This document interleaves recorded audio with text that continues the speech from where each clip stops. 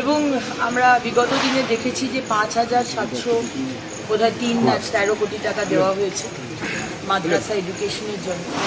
আমরা সেটা তখনও কোয়েশ্চেন করেছিলাম যে টাকার হিসেবগুলো কোথায় যায়, টাকাগুলো মাদ্রাসাতে এডুকেশনে কী সিলেবাস পড়ানো হয়, কতগুলো ছেলে মেয়ে ডেটা কী বলছে, কতগুলো ছেলে মেয়ে doctor, engineer, IAS, IFS, IRS হয়েছে।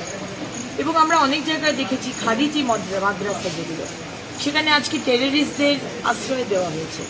মুর্শিদাবাদে শাহাদ আলী বলে এক টেররিস্ট 3 বার ভোট দিয়েছে এবং সে টেররিস্ট, তাকে ওখান থেকে ধরা হয়েছিল। এখানে আমরা দেখেছি বিগত দিনে যে এই মাদ্রাসাতে, খারিজি মাদ্রাসায় অ্যান্টি ইন্ডিয়া পড়াশুনো করানো হচ্ছে, শেখানো হচ্ছে, ব্রেন ওয়াশ করা হচ্ছে। আমরা চাই না, আমরা চাই আমাদের ছেলেমেয়েরা যারা মুসলমান, যারা এই খারিজি মাদ্রাসায় যাচ্ছে, কি পড়াশুনো করছে, তারা আমরা তাদেরকে মেন